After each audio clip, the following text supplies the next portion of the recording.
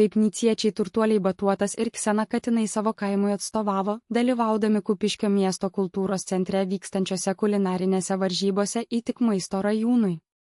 Pirmąją rungtį nugalėjo Pankašavos gyventojų komanda, pagaminusi kaukazietišką sriubą.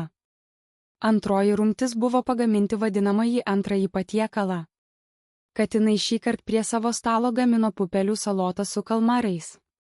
Ir, kas įdomiausia, po rungties komisijos šis patiekalas buvo išrinktas geriausiu, gavo gaminti vadinamąjį trečiąjį patiekalą.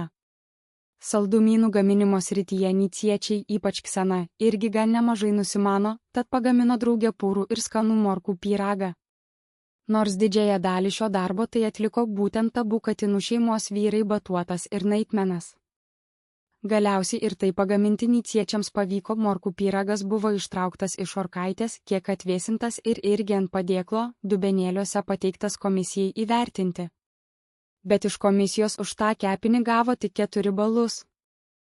Dar verta atkreipti dėmesį, kad visų tų varžybų metu pats griežčiausias ir reikliausias maisto skoniui, tekstūrai ir pateikimui buvo būtent pats pūstažandis komisijos pirmininkas Aleksas, jis daugiausiai sakė ne tik pagyrimų, bet ir kritikos žodžių.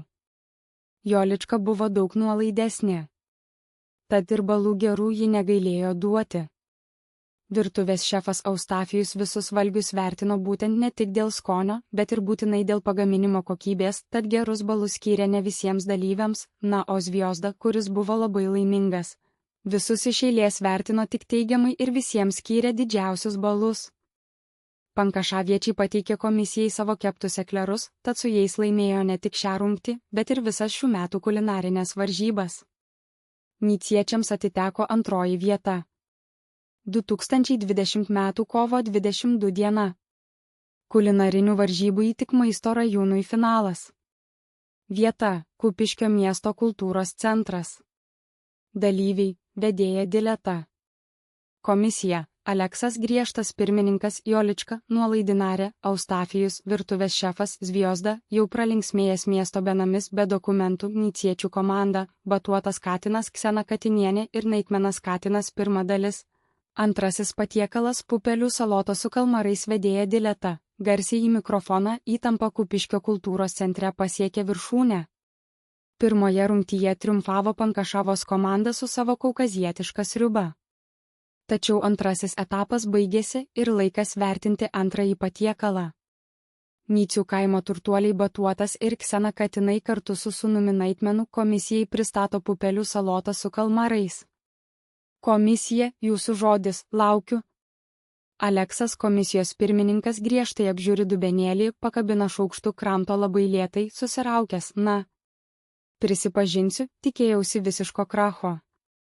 Kalmarai – įnoringas produktas, juos lengva pervirti iki gumos būsenos. Bet čia tekstūra išlaikyta. Patiko. Skanu visai. Pupelė suteikia žemiškumo, o kalmarai jūros dvelksmo. Balansas geras. Duodu 7 balus. Niciečiai, nustebinot. Ksena Katinienė. Pasižiūri į vyrą Batuotą, pergalingai nusišypso, sakiau tau, Batuotai, kad nereikia gailėti žolelių. Jolička, plodama rankomis, o man nepaprastai patiko. Gaivu, sotu, labai estetiškai patiekta. Tikri šaunuoliai, negaliu skriausti tokių darbščių kaimiečių, iš manęs 10 balų. Šefas Eustafijus, profesionaliai linkteli, žiūriu grinai iš techninės pusės. Ingredientų pjaustymas idealus. Pupelės neįsileidusios, kalmarai termiškai apdoroti teisingai. Kokybė aukšta. Net nepagalvočiau, kad buvo čia ruošta kokių neprofesionalių maisto gamintojų. Mano vertinimas – 8 balai. Zviozda šviečia iš laimės, akis žiba, genialu. Nuostabu. Aš tiesiog tirpstu. Šitos salotos kaip geriausia daina. Visiems rašau ir rašysiu tik maksimumą 10 balų. Jūs geriausi. Vedėja Dileta, neįtikėtina. Surinkę aukštus balus, niciečiai laimi antrąjį etapą. Bet laukia desertų rungtis, saldumynai. Antra dalis – užkulisiai, kol kamera nemato, komisijos stalas. Vedėjas nuėjęs kalbinti Pankašavos komandos prie jų viryklės. Zviozda, pasinaudojęs akimirką, pasislenka arčiau kolegų ir pradeda tyliai, pusbalsiu šnabždėti, laižydamasis lūpas. Zviozda tyliai, akimis ieškodamas pritarimo, kolegos klausykit. Tas maistas toks skanus, kad man gerklę išdžiovino. Žvaigždė pradeda džiūti. Prisikiša prie Alekso, Aleksai, brolau, pasakyk nuoširdžiai, gal turi kur po stalu ar krepšį butelaitį baltosios pasislėpęs. Nu, nors šlakelį sveikatai pataisyti? Aleksas, nustebęs griežtų šnabždesiu, Zviozda, tu gal proto netekai. Čia tiesioginis eteris, kultūros centras. Gerk tik stalo vandenį iš grafino ir nebazarink, ko nereikia. Dar džiaukis, kad tave mes iš viso iš gatvės čionai su savimi pasiėmėme, komisijos narių irgi pavertėme. Zviozda, atsidūsta, numoja ranka, tas paprastas vanduo man jau nebepadeda, tik skrandį plauna, o dūšiai ugnies neduoda. Jolička, gal tu rankinėje kokį vaistą turi? Jolička, nusišypso, tyliai sušnibžda, tik kvepalus, Zviozdučka, tik kvepalus. Pakentėk iki banketo. Trečia dalis desertas, morkų pyragas prieš eklerus. Vedėja Dileta grįžta prie mikrofono ir štai paskutinė rungtis. Niciečiai kaimo kulinarai viešai mums pristato purų morkų pyragą. Nors Ksena labai stengiasi, matėme, kad visą juodą darbą prie tešlos atliko abudu katinų šeimos vyrai, Batuotas ir Naitmenas. Komisija ragauja. Na, tai kokia jūsų bus nuomonė, laukiu pasisakymų. Aleksas atpjauna gabaliuką, kramto, veidas ištįsta, kas čia per pūkis. Pyragas per drėgnas, morkos per stambiai sutarkuotos. Ir kur prieskoniai? Kur cinamonas, kur gvazdikėliai? Tai ne pyragas, o morkų košė tešloje. Labai prastai. Tik 4 balai jums. Batuotas katinas, piktas sumurkia panosėje, ką jis supranta apie kaimišką morkų pyragą. Pasipūtėlis.